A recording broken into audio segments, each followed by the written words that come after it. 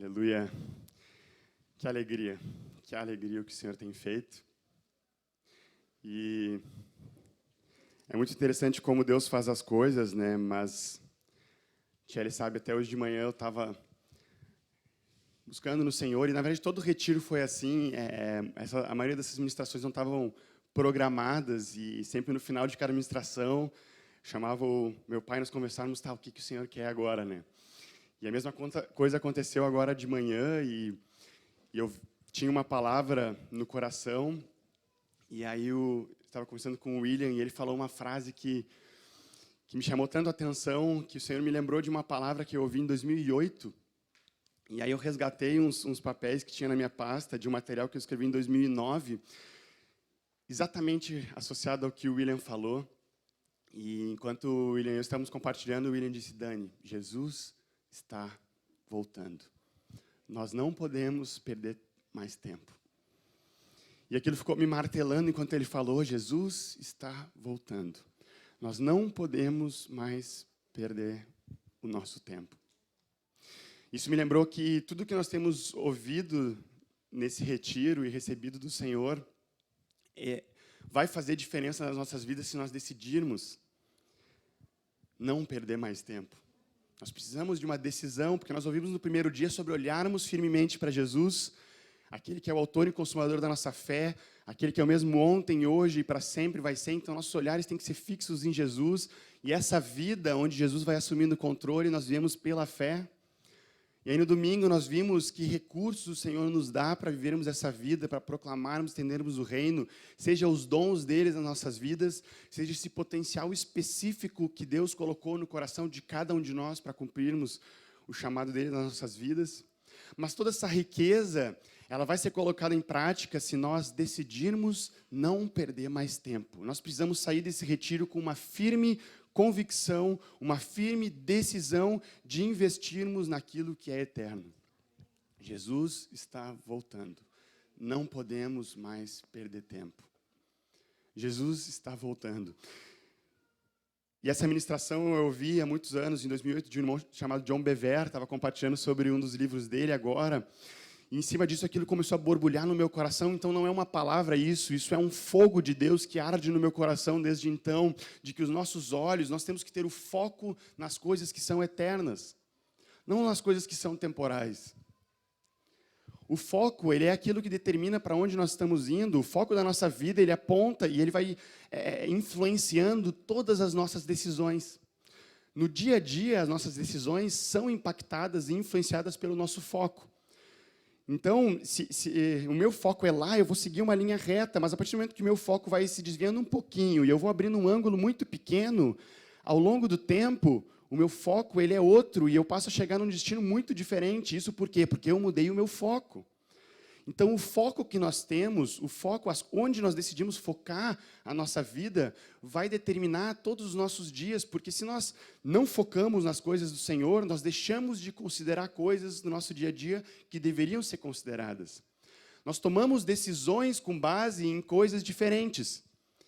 Se eu vou viajar e vou vir para Recife, e o meu foco é vir para Recife, a mala que eu preparo, ela tem que levar em conta que eu estou indo para Recife. É muito diferente se eu vou para a Suécia. Eu não vou colocar uma touca e uma luva e um casacão se eu estou vindo para Recife, concordam comigo? O que eu estou querendo dizer? O foco, onde os nossos olhos estão focados, ele vai determinar todas as nossas decisões do dia a dia.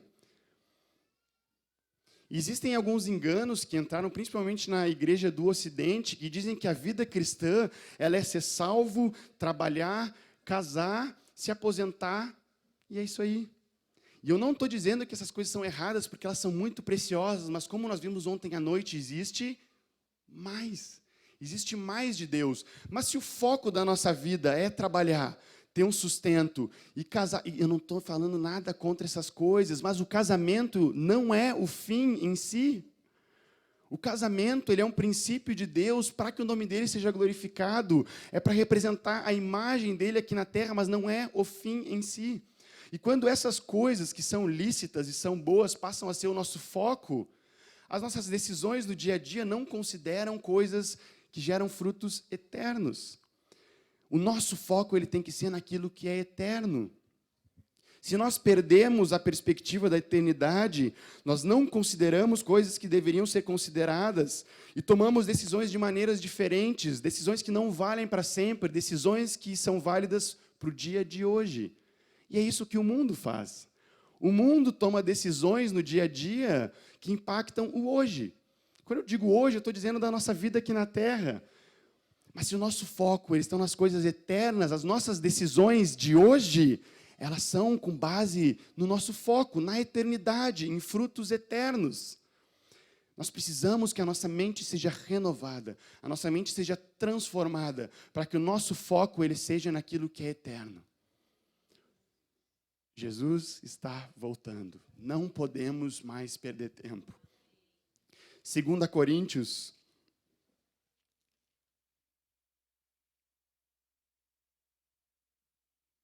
capítulo 4. Palavra de Deus para nós, capítulo 4, versículos 16 a 18, fala: por isso, não desanimamos. Isso é uma palavra de Deus para nós quando saímos do retiro. Nós não desanimamos. Pelo contrário, mesmo que o nosso homem exterior se corrompa, contudo, o nosso homem interior se renova de dia em dia. Porque a nossa leve e momentânea tribulação produz para nós eterno peso de glória acima de toda comparação. Não se compara ao que Deus tem preparado para nós. Não atentando, e aqui fala de foco, essa palavra de não atentando, ela diz não colocando o foco nas coisas que se veem, mas nas que não se veem, porque as que se veem são temporais, e as que não se veem são eternas. Não atentando, ou seja, não colocando o foco nas coisas que são terrenas, porque elas são temporais, elas passam, mas colocando foco nas coisas que não se veem, que são eternas, que geram frutos eternos.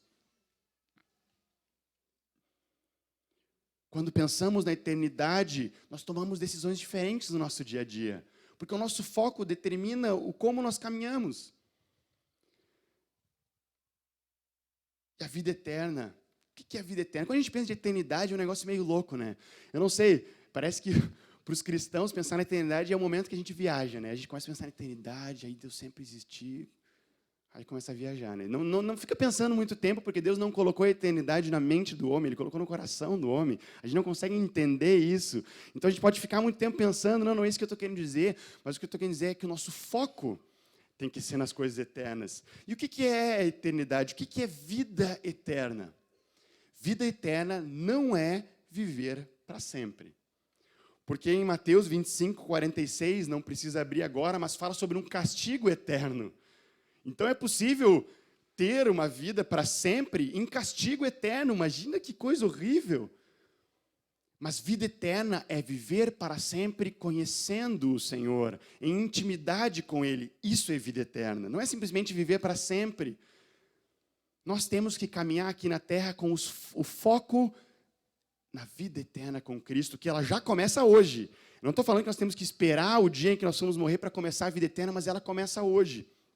A vida eterna é essa, João 17, 3, que te conheçam a ti, o único Deus verdadeiro, e a Jesus Cristo a quem enviaste, porque nem toda eternidade é o suficiente para nós conhecermos o nosso Senhor.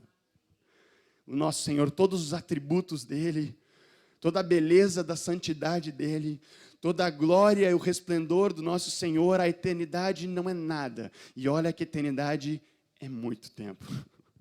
Nós não temos nem ideia do que é isso. É muito tempo e não é o suficiente. Mas quando nós pensamos na eternidade, deixa eu abrir um outro texto, 2 Coríntios, na verdade 1 Coríntios, 1 Coríntios 9, olha que loucura, Paulo fala isso. Paulo fala sobre o nosso foco. Ele fala em 1 Coríntios 9, versículo 26, ele fala assim: assim corro também eu, não sem meta. Assim luto, não desferindo golpes no ar. O que ele estava querendo dizer com isso? Ele não estava caminhando e vivendo aqui. Imagina um soldado naquela época de guerras, que eles lutavam corpo a corpo com espadas. Imagina um cara dando golpes no ar. Não valia de nada aqueles golpes, ele não estava acertando ninguém naquelas guerras. E Paulo está dizendo, eu não ando aqui na terra lançando golpes no ar, mas eu tenho um foco, eu tenho uma meta, eu não ando aqui, né, sem foco. Paulo tinha esse foco. E quando nós falamos de eternidade, nós temos que levar em conta duas coisas. Eu não sou um expert em eternidade, mas eu sei que é conhecermos o Senhor e nós vamos passar ela o tempo todo em intimidade, louvando o nosso Senhor. Mas eu sei que tem duas coisas importantes de nós considerarmos quando nós pensamos na eternidade. A primeira delas é onde nós vamos passar a eternidade. E lembrem que a eternidade é muito tempo. É muito tempo. Onde nós vamos passar a eternidade? E aqui tem uma boa notícia. O onde nós vamos passar a eternidade está definido pelo que Cristo fez por nós na cruz. Não é mérito nosso, é mérito de nos apropriarmos da obra redentora que Jesus fez por nós, a obra de Cristo na cruz, a graça dele nos dá poder de escolhermos aonde nós vamos passar a eternidade, com Cristo ou longe de Cristo. E o Evangelho ele não se trata do que eu faço, mas se trata do que Cristo fez por nós. Então, através da obra redentora de Cristo, todos nós que decidimos por Ele, somos salvos pela graça, não vem de nós, é dom de Deus. O que Jesus fez por nós determina aonde nós vamos passar a eternidade. Nós temos que nos apropriar disso. Quantos daqui são salvos, redimidos e vão passar a eternidade com Cristo? Aleluia, essa pergunta, onde vamos passar a eternidade, já está respondida. Se decidirmos por Cristo e nos apropriamos do que Cristo fez por nós, nós vamos passar a eternidade com Ele. Essa pergunta já tem resposta. Decidimos por Cristo, amém? Quando passamos pela porta, nós decidimos que queremos passar a eternidade com Cristo. Mas a segunda pergunta, e aquela que eu queria meter um pouco mais hoje, a gente não pensa muito nela, mas é como nós vamos passar a eternidade. Como nós vamos passar a eternidade? Eu não estou falando de onde. Todos nós vamos passar no céu com Cristo, vivendo com Ele. Mas a pergunta agora é, como nós vamos passar a eternidade? 2 Coríntios... Estou me perdendo com as folhas no vento aqui. Glória a Deus por esse vento, né? 2 Coríntios 5, versículo 9, olha que interessante, ele fala o seguinte, é por isso que também nos esforçamos, muito obrigado, querido. É por isso que também nos esforçamos, quer presentes, quer ausentes, para lhes sermos agradáveis. É impossível fazer com que o Senhor nos ame mais do que Ele nos ama hoje. Ele já nos ama tudo. Nada que nós possamos fazer no nosso dia a dia vai fazer com que o Senhor nos ame mais do que Ele já nos ama, ou nos ame menos do que Ele já nos ama. O amor dEle por nós é completo, é perfeito, é integral, nada que nós fazemos no nosso dia a dia aumenta ou diminui o amor do Senhor. Ele é um amor completo. Mas nós podemos agradar o coração do Senhor. Nós podemos, e aqui fala sobre nos esforçar, fala sobre sermos perseverantes, sobre nos esforçarmos diligentemente para sermos agradáveis no nosso dia a dia.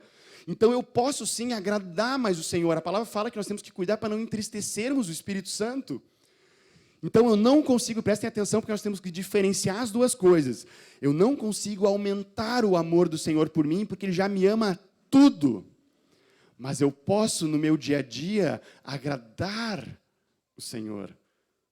Eu posso agradar o coração do Senhor. Senão, a gente não se importava com a maneira como a gente viveria. Concorda comigo? Não importa muito como a gente vive. Mas por que é importante nós cuidarmos da maneira como a gente vive? Olha no versículo 10. Porque importa que todos nós, e se vocês verem a origem desse capítulo, ele está falando de nós, discípulos de Jesus. Ele não está falando de incrédulos, ele está falando de nós, discípulos de Jesus. Importa que todos nós compareçamos perante o tribunal de Cristo, para que cada um receba segundo o bem ou o mal que tiver feito por meio do corpo. Peraí, Daniel, pegadinha. Tinham me dito que ao decidir por Cristo, eu já era salvo, eu não ia passar por julgamento nenhum e já estava tudo garantido. Como assim? Tu está dizendo que nós temos que comparecer perante um tribunal de Cristo? Existe um tribunal onde todos vão receber a recompensa pelo pecado? Mas nós, como já nos apropriamos do que Cristo fez e nós fomos lavados pelo sangue de Jesus, não vamos ser condenados por nenhum pecado, porque Cristo já pagou isso por nós. Não é isso que eu estou falando. Cristo já nos livrou, e esse tribunal é o que define aonde nós vamos passar a eternidade, mas nós já decidimos por Cristo. Mas agora existe um outro tribunal que, como discípulos, nós vamos passar, e porque importa que todos nós compareçamos perante o tribunal de Cristo, para que cada um receba segundo o bem ou o mal que tiver nos feito por meio do corpo. Ou seja, a maneira como nós vivemos aqui na Terra determina a maneira como nós vamos viver na eternidade. Quantos já ouviram falar de galardão aqui? Eu não sei muito o que é o galardão. Eu não sei muito o que é o galardão. Eu sei que em Hebreus 11:6 fala que Deus é galardoador daqueles que o buscam. Mas fato é que a maneira como nós vivemos aqui, nós vamos receber alguma coisa, esse galardão, que eu não sei exatamente o que é, nós vamos receber um galardão de acordo com o bem ou o mal que nós tivermos feito por meio do corpo. Está falando de nós, discípulos. Então, a maneira como nós vivemos aqui na Terra vai determinar a maneira como nós vamos passar a eternidade. Mesmo sem saber exatamente o que é esse galardão, eu sei de uma coisa: eu não quero perder. Eu não quero perder isso. Eu não sei exatamente o que é, mas eu não quero correr o risco. Então, a maneira como nós vivemos aqui na Terra determina a maneira como nós vamos passar a eternidade. Não vale a pena arriscar. Não vale a pena arriscar. 2 João 8, fala que nós temos que trabalhar e nos esforçar para recebermos. Vamos abrir esse texto, 2 João. Olha que loucura. 2 João. É um livro de um capítulo só. Então, segunda epístola de João, versículo 8, diz o seguinte: acautelai-vos para não perderdes aquilo que temos realizado com esforço, mas para receberdes um completo galardão. Queridos, se existe um completo galardão, existe algo que Deus preparou para nos presentear. Mas se existe um completo galardão, quer dizer que existe um galardão parcial e quer dizer que existe uma ausência de galardão. Então pode ser que nós vamos estar no céu com o Senhor, e será que nós vamos receber o completo galardão? Isso vai determinar pela maneira como nós vivemos aqui na terra.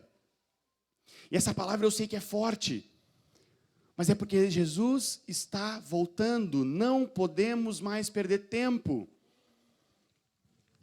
Daniel, o que tu está querendo dizer com isso? É que a maneira que eu vivo aqui na terra vai determinar a maneira como eu vivo aqui na eternidade. E olha que absurdo é isso. Tiago 4:14, não precisa abrir agora, Tiago faz uma comparação sobre a nossa vida aqui na terra. E ele dá um exemplo, ele acha uma ilustração para mostrar, e vários homens na Bíblia fizeram isso. Ele diz assim, vós não sabeis o que sucederá amanhã. O que é a vossa vida? O que é a nossa vida aqui na terra? Sois apenas como neblina, que aparece em um instante e logo se dissipa. Então, o que eu estou querendo dizer, Daniel, o que está querendo dizer é que a maneira como nós vivemos nessa neblina, que logo se dissipa, vai determinar a maneira como nós vivemos a eternidade. Olha o que Esdras diz em 1 Crônicas 29:15, vamos anotar para abrir depois, mas em 1 Crônicas 29:15, Esdras compara a nossa vida como a sombra. Ele diz, os nossos dias aqui na terra são como sombra, não são nada. A maneira como nós vivemos nesses dias aqui na terra, que são como neblina, que logo se dissipa, que são como a sombra, vai determinar como nós vamos viver na eternidade. Davi também fala isso, Salmos 39, versículo 5, podemos abrir juntos. Salmos 39.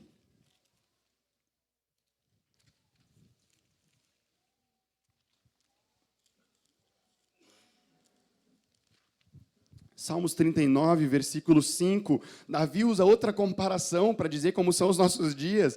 Ele fala assim: deste aos meus dias o comprimento de alguns palmos. É pouquinha coisa. Na tua presença, o prazo da minha vida é nada. O prazo da minha vida aqui na terra não é nada. Salmo 90.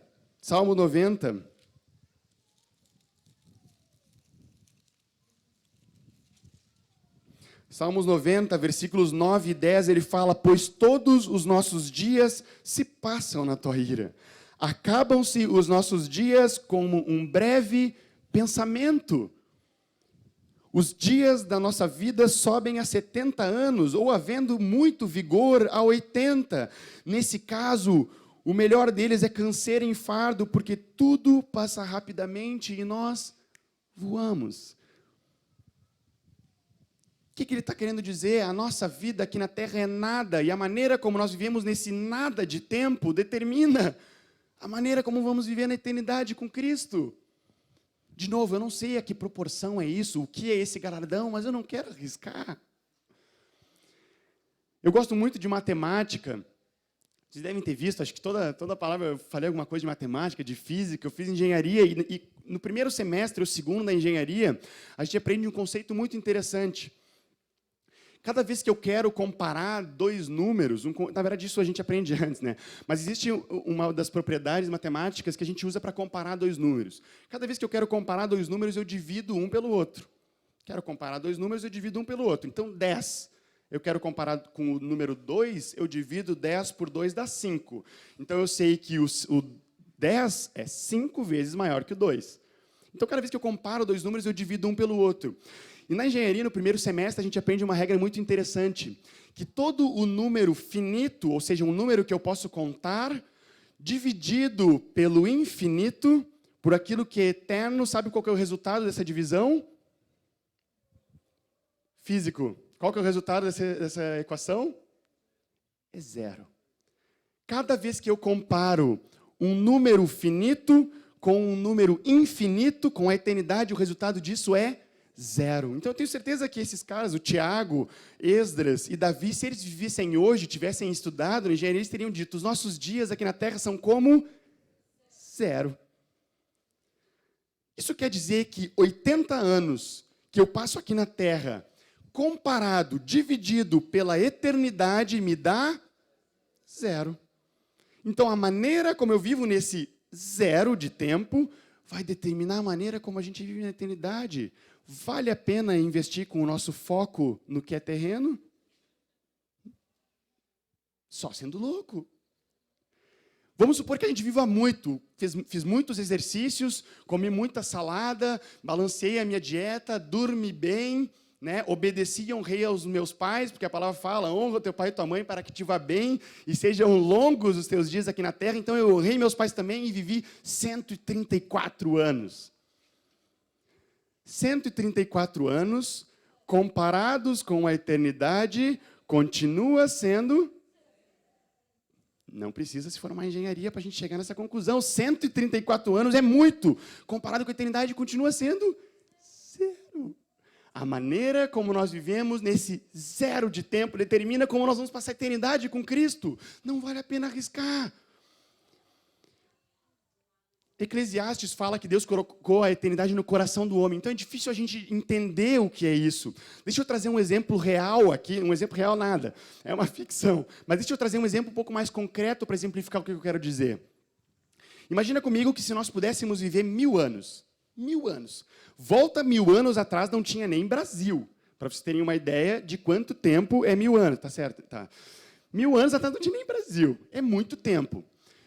Então imagina que a maneira como nós vivemos a quarta-feira de cinzas, amanhã, as 24 horas do dia de amanhã, vão determinar o como nós vamos viver aqui na Terra, esse exemplo é fictício, aqui na Terra, nos próximos 1000 anos. O teu carro, o teu salário, a tua família, os teus vizinhos, se são legais ou não, a casa em que tu vai viver, o salário que tu vai receber, qual vai ser o ministério aqui na congregação. tudo nos próximos 1000 anos, e é muito tempo, vai ser determinado pela maneira como nós vivermos o dia de amanhã, 24 horas.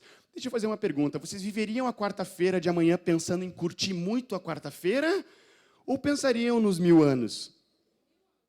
Vamos lá. Quarta-feira ou 1000 anos? Tá fraco. Quarta-feira ou 1000 anos? Deixa eu contar um segredo para vocês. Um dia, 24 horas, dividido por 365 mil dias, sabe quanto dá? 0,00000027397. O que eu quero dizer com isso? Esse resultado ainda não é zero. Ainda não é um número infinito. Então, na verdade, esse exemplo é ruim, porque ele não se compara aos nossos 80 anos com a eternidade, porque ainda não deu zero.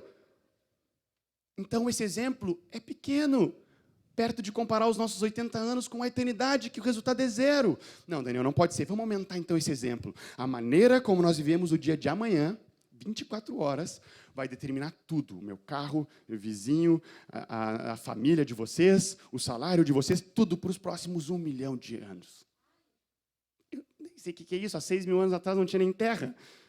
Acho que é por aí, né? 1 milhão de anos e ninguém sabe o que é isso. Mas pensa, a maneira como nós vivemos amanhã vai determinar a maneira como nós vamos passar os próximos 1 milhão de anos aqui na Terra. Vamos viver pensando em curtir e aproveitar a quarta-feira de cinzas ou os próximos 1 milhão de anos? Vamos lá, de novo. Quarta-feira ou 1 milhão? Um dia, 24 horas, dividido por 365 milhões de dias, ainda é um número finito, não é zero. Então, esse exemplo é ruim.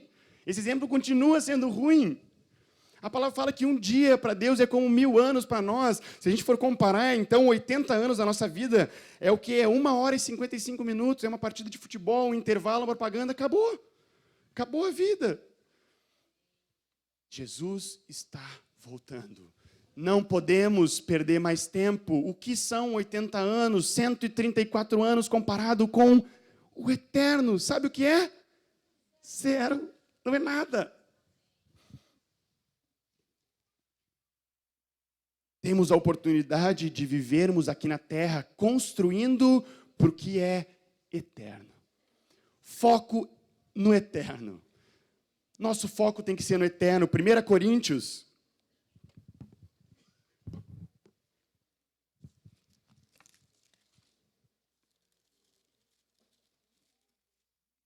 Aleluia. 1 Coríntios, capítulo 3.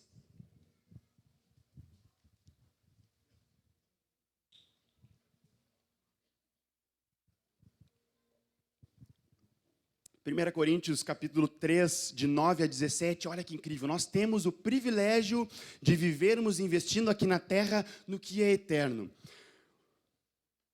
Versículo 9 diz, porque de Deus nós somos cooperadores, lavoura de Deus, edifício de Deus sois vós. Segundo a graça de Deus que me foi dada, lancei o fundamento como prudente construtor, Paulo falando, e outro edifica sobre ele. Porém, cada um veja como edifica. Porque ninguém pode lançar outro fundamento além do que foi posto, o qual é Jesus Cristo. Contudo, se o que alguém edifica sobre o fundamento é ouro, prata e pedras preciosas, madeira, feno ou palha, manifesta se tornará a obra de cada um. Pois o dia daquele tribunal comentado antes demonstrará, porque está sendo revelada pelo fogo, o qual seja a obra de cada um, pelo próprio fogo o provará. Se permanecer a obra de alguém que sobre o fundamento edificou, este receberá galardão. Se a obra de alguém se queimar, sofrerá ele dano, mesmo sendo salvo. Todavia, como que através do fogo. Não sabeis que sois vós santuário de Deus e que o Espírito de Deus habita em vós? Se alguém destruir o santuário de Deus, Deus o destruirá, porque o santuário de Deus, que sois vós, é sagrado. Vários momentos da Escritura, deixa eu explicar um pouco mais esse texto, eles comparam a obra que o Senhor tem para fazer aqui na terra como uma construção de uma casa. Em vários lugares nós vamos ver como uma construção de uma casa. Deus está construindo essa casa. Eu ainda não tive o privilégio de construir uma casa. Quem aqui já construiu uma casa ou algum local? Quem já teve o privilégio disso? Eu tenho certeza de que quando a gente está construindo uma casa, aquilo gera uma expectativa no nosso coração. E cada dia tu vê uma parede subindo. Vocês devem ter acompanhado a construção aqui de trás. Todos vocês acompanharam aqui. Então, cada retiro tu olha um alojamento a mais. Agora tem 2. O outro alojamento agora tem 3. Agora tem 4. Olha ali, tem ali mais um que vai ser construído que já tem banheiro. Aquilo vai criando uma expectativa no nosso coração. O Senhor está construindo. Deus é um arquiteto que planejou uma casa. Uma casa linda, ele até dá um nome na palavra, ele chama essa casa de Sião, de tanto que ele gosta dela. E aí cada dia ele está olhando um pouquinho dessa casa ser construída. E a primeira coisa dessa casa é qual que é o fundamento. Cada vez que a gente constrói uma casa, tem que ter fundamento. Se eu construir na areia, não vai dar certo aquela casa. Qual é o fundamento dessa casa? Não há outro fundamento, nós vimos no versículo 11, porque ninguém pode lançar outro fundamento além do que foi posto, o qual é Jesus Cristo. Essa obra do Senhor, essa casa que Ele está construindo, está ansioso por terminar, ela é baseada em Jesus.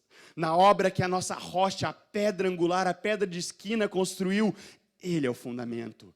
Então a palavra diz, vede como construís, para que não lanceis um fundamento que não seja Jesus. Tudo tem que ser baseado em Cristo, a centralidade de Cristo. O que são as pedras dessa construção? Olha o que diz no versículo 9. Edifício de Deus sois vós. Em 1 Pedro 2, 4-5, fala que nós somos pedras vivas. Então, esse edifício, essa casa que Deus está construindo, o fundamento dela é Jesus. E as pedras vivas somos nós, é a igreja, nós somos as pedras vivas. Quanto mais discípulos de Jesus, mais essa construção vai ficando pronta, porque nós somos as pedras vivas dessa casa. Mas deixa eu fazer uma pergunta, se Deus é o arquiteto, se Jesus é o fundamento, e nós somos as pedras vivas, quem são os contratados para trabalhar? Quem são os operários? Quem é o carpinteiro? Quem é o responsável pela alvenaria? Quem é o eletricista? Quem é o que vai fazer o lixamento? Quem é que vai pintar? Voltamos para o versículo 9. Porque de Deus nós somos cooperadores. Ao mesmo tempo que nós somos pedras vivas, nós somos cooperadores. Do inglês, esse termo traduzido é subcontratados. Nós fomos contratados por esse grande arquiteto para cooperarmos nessa construção. Ou seja, para cada um de nós existe o que nós falamos ontem de noite, uma parte dessa casa que o Senhor quer que nós construamos. Então, se o Senhor me deu a porta para fazer, eu vou fazer a porta. Se Ele te deu a janela para fazer, faz a janela, porque eu não sei fazer, eu vou fazer a porta. Cada um de nós tem essa responsabilidade, além de sermos pedras vivas, de cooperarmos com essa construção do Senhor. E eu vou falar uma coisa muito forte agora. Se vocês estão construindo a casa, e vocês contratam um pintor para fazer o acabamento, e ele não vai, vocês param a construção?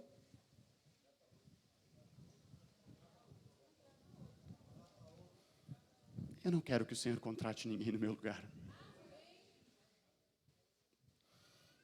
Eu quero fazer essa porta, Senhor. Essa obra que Tu me contrataste para fazer, Jesus. Eu quero cumprir o Teu chamado na minha vida. Eis-me aqui, fala, usa-me, Senhor.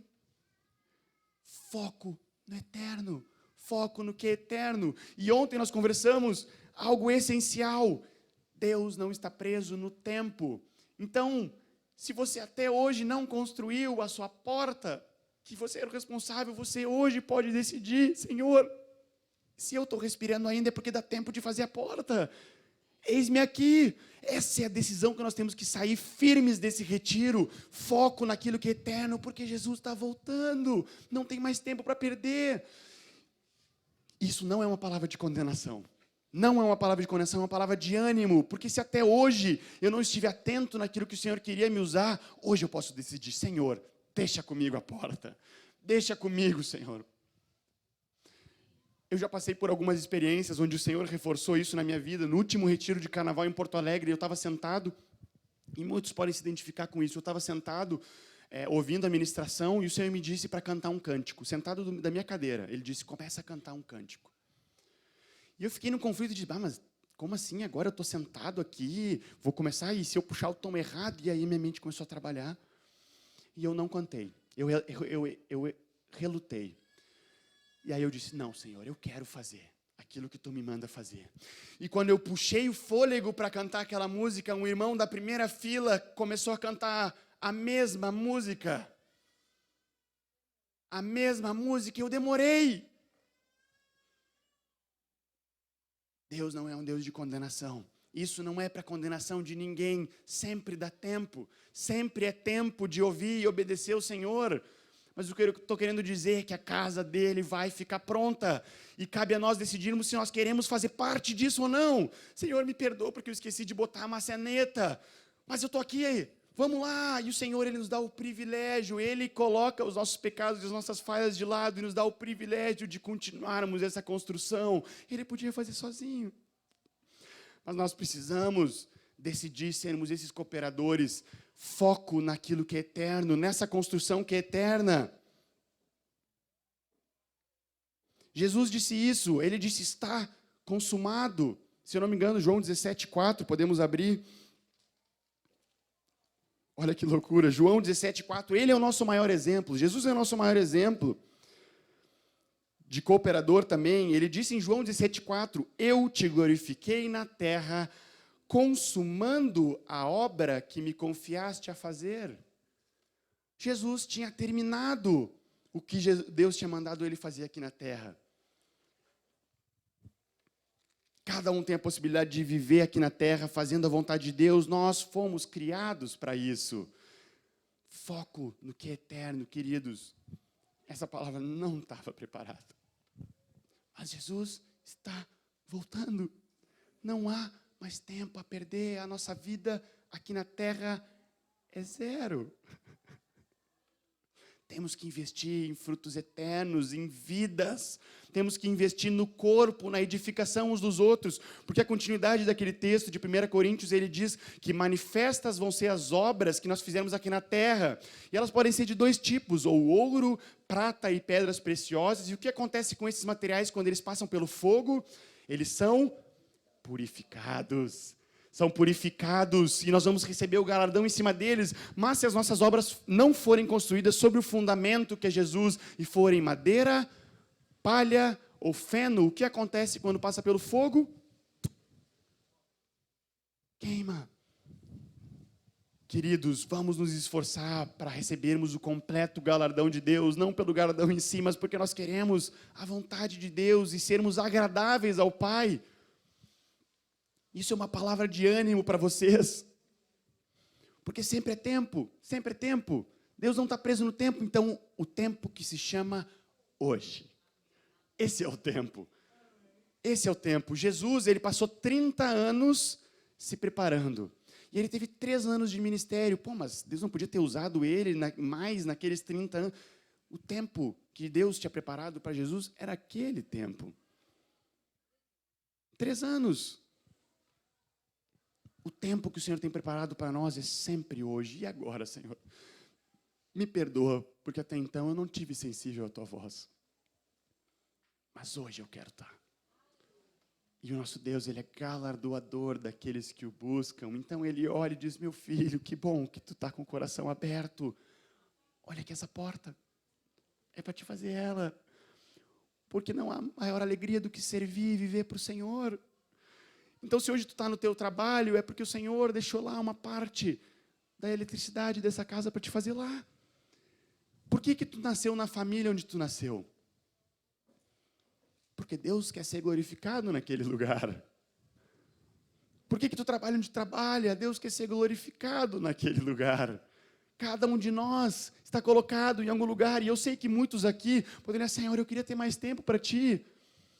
Eu estava conversando, Estávamos conversando, Fabiana, esses dias, e aí nós chegamos na conclusão junto e oramos ali dizendo, nós já somos tempo integral.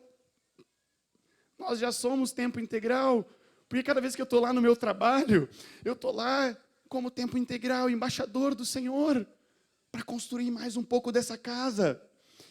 E uma vez eu perguntei isso para minha mãe, eu disse, mãe, como é que era antes de vocês estarem em tempo integral para o Senhor? E a minha mãe disse, Dani, nós sempre fomos tempo integral. Nós sempre fomos. Mesmo o pai trabalhando como engenheiro lá na Riocel, ele já era tempo integral. Esse é o chamado do Senhor para as nossas vidas, cumprirmos o propósito dele, construirmos mais um pedacinho dessa casa. E não tem parte mais importante que a outra, todas são importantes, desde que o fundamento seja Cristo. O fundamento tem que ser Cristo, senão são obras vãs que vão ser queimadas pelo fogo. Mas, queridos, no Egito, o povo de Israel teve nitidamente 2 gerações. A geração de Moisés não ouviu a voz de Deus, e só 2 pessoas daquela geração entraram na terra prometida. 2 pessoas, Josué e Calebe. Mas a geração seguinte, inteira, cumpriu o propósito de Deus para a vida deles, e eles chegaram na terra prometida.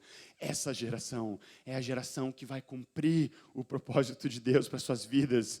E nós dizemos, Senhor, eis-nos aqui. Eis-nos aqui, Jesus, porque nós não queremos mais perder tempo, Tu está voltando, nossos dias são como nada, como a neblina que logo se dissipa no vento.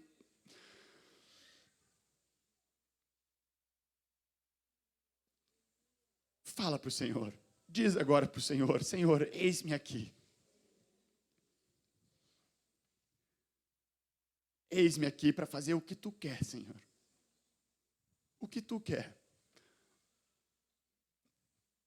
Nada é pequeno aos Teus olhos, Jesus. Cada partezinha dessa casa que Tu quer nos usar é algo fundamental para esse sonho que Tu tem dessa casa pronta. Nós decidimos aqui ter ouvidos atentos à Tua voz e um coração disposto a Te obedecer. Derrama, Senhor Jesus, nessa congregação um ouvido atento e um coração disposto a Te obedecer. Ouvidos sensíveis onde Tu fala e nós fazemos. Tu fala e nós obedecemos, Jesus. Aleluia, Senhor. Nós queremos decidir isso, sair com essa firme convicção de vivermos com o foco naquilo que é eterno.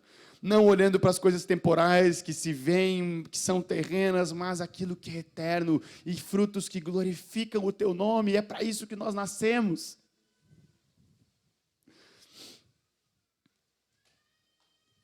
Para muitos aqui, nesses dias, o Senhor tem restaurado alguns sonhos de coisas que ficaram mortas durante muito tempo.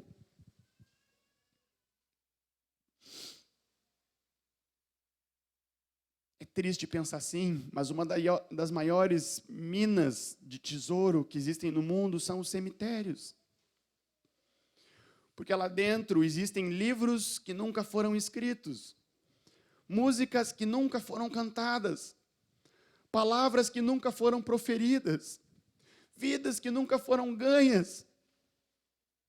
Queridos, não vamos perder aquilo que o Senhor tem preparado para cada um de nós. Vamos dar tudo. Se o Senhor colocou no teu coração esse sonho, seja qual for, de ir para um lugar, de ter um grupo na casa, de que toda a tua família seja ganha para o Senhor, de que tu vai começar um grupo de oração no teu trabalho, de que tu vai começar um grupo de oração no teu colégio, de que tu vai ter músicas e canções para o Senhor.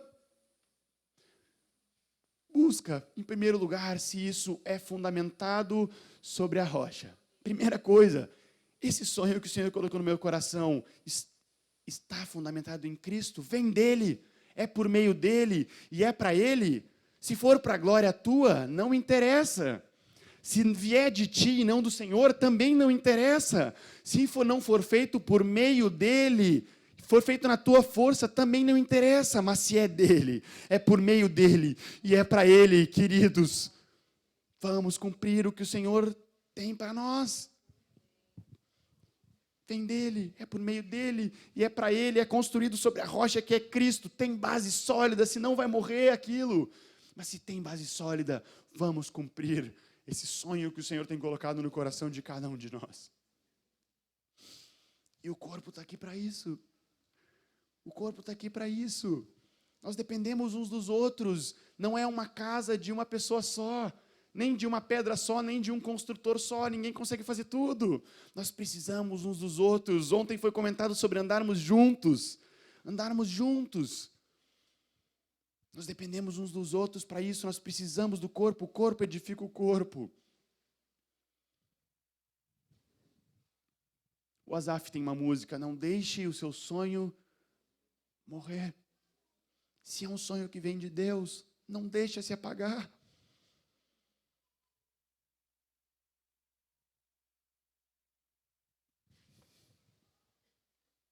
É claro que tem um custo isso. Tem um custo. O custo é o quê? Não viver olhando para esse zero de tempo. Esse é o custo. O custo é consagração ao Senhor. Mas vale a pena.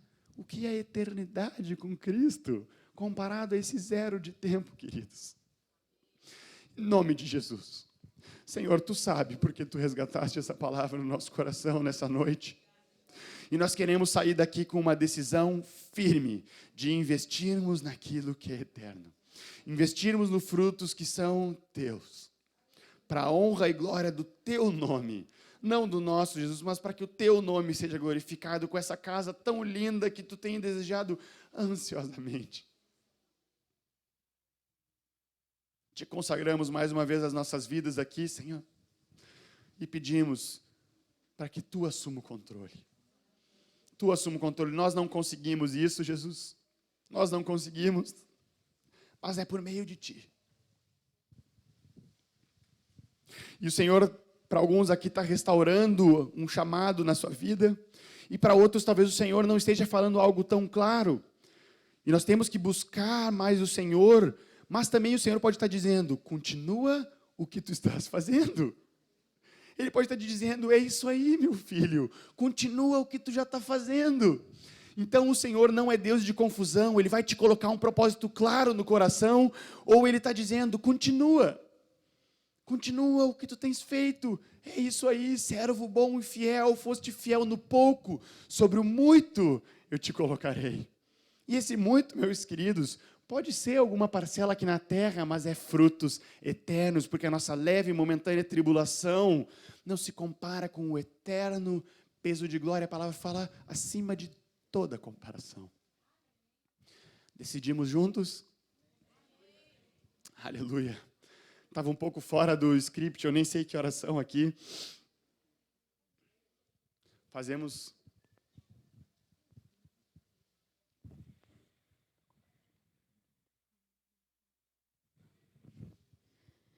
Enquanto o Dani estava falando, o Senhor me lembrou de uma palavra que Ele tem falado comigo no finalzinho de dezembro, assim, e tem ardido no meu coração, e o Senhor mandou repartir, eu vou obedecer. No finalzinho de dezembro, o Senhor começou a me acordar durante alguns dias da semana com a palavra eternidade na cabeça, né? E a gente entende um pouco, assim, amém, o Senhor está ministrando comigo sobre isso. E confesso que no início eu não dei muita bola, assim, e não orava quando o Senhor me acordou. Aí teve uma das noites que o Senhor me acordou de novo e me acordou com essa palavra na cabeça, e daí eu entendi que Ele queria falar comigo, né? E comecei a orar e pedir revelação. E nas noites seguintes o Senhor começou a me acordar com a palavra frutos com peso eterno, sabe? E vem ministrando isso comigo agora desde o finalzinho de dezembro. Eu confesso que ainda não entendi tudo que o Senhor quer falar comigo através disso.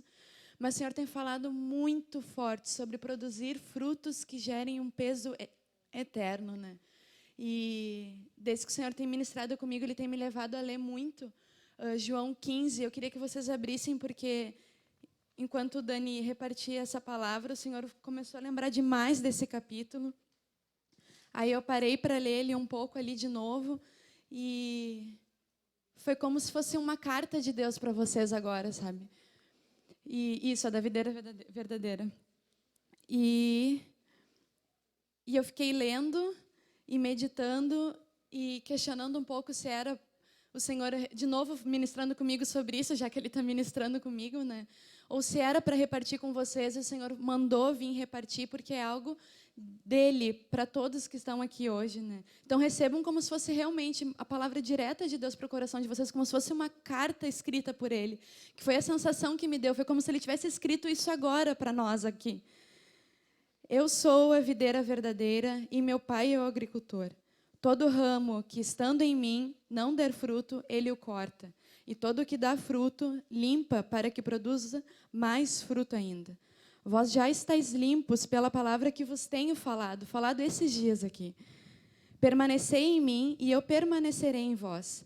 Como não pode o ramo produzir fruto de si mesmo... Espera aí que eu me perdi agora com o vento. Se não permanecer na videira, assim nem vós o podeis dar, se não permanecerdes em mim. Eu sou a videira e vós os ramos. Quem permanece em mim e eu nele, esse dá muito fruto, porque sem mim nada podeis fazer. Se alguém não permanecer em mim, será lançado fora, à semelhança do ramo, e secará, e o apanham, lançam no fogo e o queimam. Se permanecerdes em mim, e as minhas palavras permanecerem em vós, pedireis o que quiserdes e vos será feito. Nisto é glorificado meu Pai, e que deis fruto, e assim vos torneis meus discípulos. Como o Pai me amou, também eu vos amei. Permanecei no meu amor. Se guardardes os meus mandamentos, permanecereis no meu amor. Assim como também eu tenho guardado os mandamentos do meu Pai, e no seu amor permaneço. Tenho-vos dito estas coisas, para que o meu gozo esteja em vós, e o vosso gozo seja completo. Sem dúvida, o Senhor tem muito, muito, muito mais para fazer através de todas as nossas vidas, né? Mas isso não vai ser feito se a gente não permanecer nele, né? Que sejamos esse galinho bem conectado à fonte, bem conectado a Cristo, bem preso à videira, né? E que a gente produza sem filtro nenhum tudo aquilo que tem preparado para nós, né? Em nome de Jesus. Estaremos ceando. E se hoje nós estamos aqui ceando, nesta manhã, é porque Deus, Ele nos chamou à comunhão do Seu Filho Jesus Cristo. Amém? Quantos foram chamados por Deus para viver em comunhão com Cristo Jesus? Todos nós fomos chamados por Deus. E Deus, Ele nos leva a observar a nossa vocação, o nosso chamado. Em 1 Coríntios, capítulo 1, versículo 26, ele diz: irmãos, reparai, pois, na vossa vocação, no vosso chamado. Visto que não foram chamados muitos sábios segundo a carne, nem muitos poderosos, nem muitos nobres de nascimento. Pelo contrário, Deus escolheu as coisas loucas do mundo para envergonhar os sábios, e escolheu as coisas fracas do mundo para envergonhar as fortes. E Deus escolheu as coisas humildes do mundo e as desprezíveis, e aqueles que não são, para reduzir a nada as que são, a fim de que ninguém se glorie na presença do Senhor. Essa é a nossa vocação. Talvez você se enquadre nesse tipo de pessoas que foram chamadas por Deus. Deus escolheu as coisas loucas, Deus escolheu as coisas fracas, Deus escolheu as coisas humildes e desprezíveis. A verdade é que Deus me escolheu e Deus te escolheu. E Deus, Ele quer usar a minha e a tua vida, irmãos. Porque a excelência não está em nós, mas está naquele que habita em nós, Cristo Jesus. E Ele quer usar a minha e a tua vida na simplicidade do Senhor. E eu quero assim profetizar a tua vida sendo usada por Deus, poderosamente, na tua casa, na tua escola, na tua faculdade, no teu trabalho, nas coisas simples. No olhar, no abraço, no sorriso. Em umas simples palavras, eu quero profetizar as pessoas vendo a vida de Cristo Jesus na tua vida e sendo atraído ao Senhor para ouvir de Cristo Jesus e se rendendo aos pés de Cristo. E se hoje nós estaremos ceando nessa manhã, é porque Deus, Ele nos chamou. Amém? E a ceia do Senhor é a comunhão com Cristo Jesus. Em 1 Coríntios capítulo 10, vamos abrir. 1 Coríntios capítulo 10, versículo 14. Paulo escrevendo à igreja em Corinto para que eles viessem a fugir da idolatria. Por quê? Ele diz, 1 Coríntios capítulo 10, versículo 14, portanto, meus amados, fugi da idolatria. Falo como criteriosos, julgai vós mesmos o que digo. Porventura, o cálice da bênção que abençoamos não é a comunhão do sangue de Cristo? E o pão que repartimos não é a comunhão, a koinonia do corpo de Cristo? Porque nós, embora muitos, somos unicamente um pão e um só corpo. Porque todos nós participamos de um único pão. Considerai a Israel segundo a carne. Não é certo que aqueles que se alimentaram dos sacrifícios são participantes de quê? Do altar. Versículo 19. Que digo, pois? Que o sacrifício ao ídolo é alguma coisa? Ou que o próprio ídolo tem algum valor? Antes digo que as coisas que eles sacrificam é a demônios que as sacrificam e não a Deus. E não quero que vos torneis associados aos demônios. Não podeis beber o cálice do Senhor e o cálice dos demônios, nem podeis ser participantes da mesa do Senhor e da mesa dos demônios. Ou provocaremos o zelo do Senhor? Somos acaso mais fortes que Ele? O versículo 20, ele diz, antes digo que as coisas que eles sacrificam é a demônios que as sacrificam e não a Deus. E continua dizendo, e não quero que vos torneis associados aos demônios. E essa palavra aqui, associada, é interessante, que significa andar em comum com eles. Se aqueles que comem coisa sacrificada aos ídolos andam em comum com os demônios, quanto mais aqueles que participam da mesa do Senhor e comem do pão e bebem do cálice. Se aqueles que comem as coisas andam em comum com eles, e nós que fomos chamados, quando nós ceiamos e comemos do pão e bebemos do cálice, andamos em comum com Cristo Jesus. Há um liberar da graça de Deus quando nós comemos do pão e bebemos do cálice.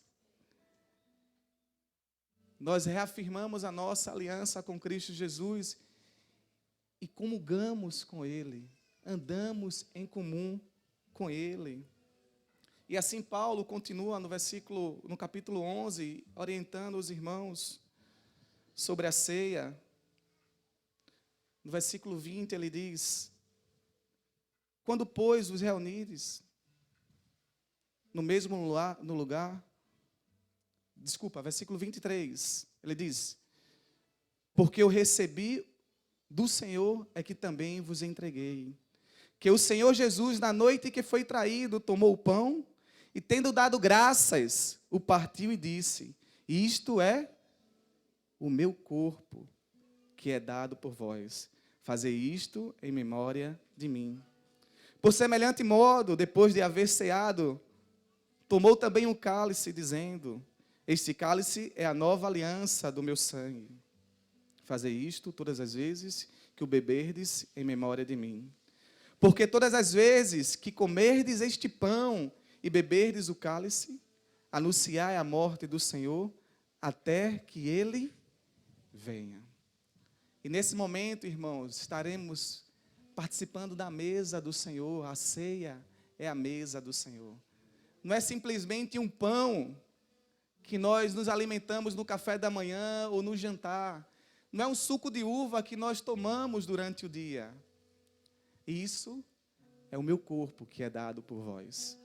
Este é o cálice da nova aliança do meu sangue. E todas as vezes que comerdes e beberdes, comungamos da comunhão com quem? com Cristo Jesus. E o Senhor, Ele nos leva aqui a comermos o pão e bebermos do cálice em memória de quem?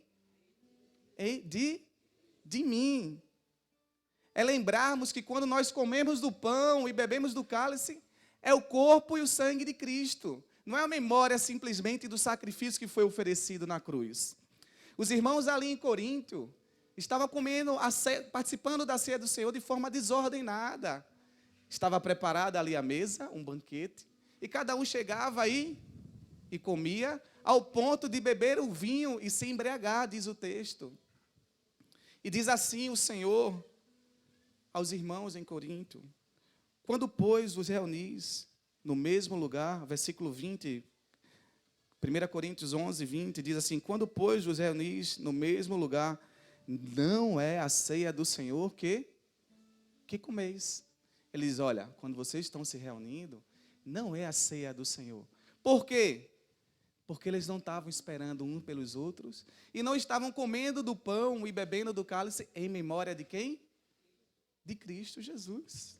O sacrifício, a comunhão, quando come do pão e bebe do cálice. Nem aí. E nessa manhã estaremos ceando juntos, irmãos. A ceia é algo que nós realizamos como discípulos, que jamais podemos fazer sozinhos. Alguém pode cear sozinho? A oração a gente pode orar sozinho, não pode? O jejum, podemos. A proclamação, podemos. O falar em línguas, para edificação, podemos. Mas o cear é a comunhão do corpo de Cristo. Que todos nós fomos chamados para fazer parte dele. E nesse momento estaremos ceando, que haja um manifestar, irmãos, da graça de Deus. Nessa manhã também, enquanto nós ceamos, a ceia do Senhor. É a comunhão com Cristo que você está participando. E reafirmando isso. E renovando a aliança que tu tens com Ele. Amém? Convidar os irmãos aqui para a gente orar. Vamos ficar em pé, irmãos. Iremos receber e esperar uns pelos outros. Amém?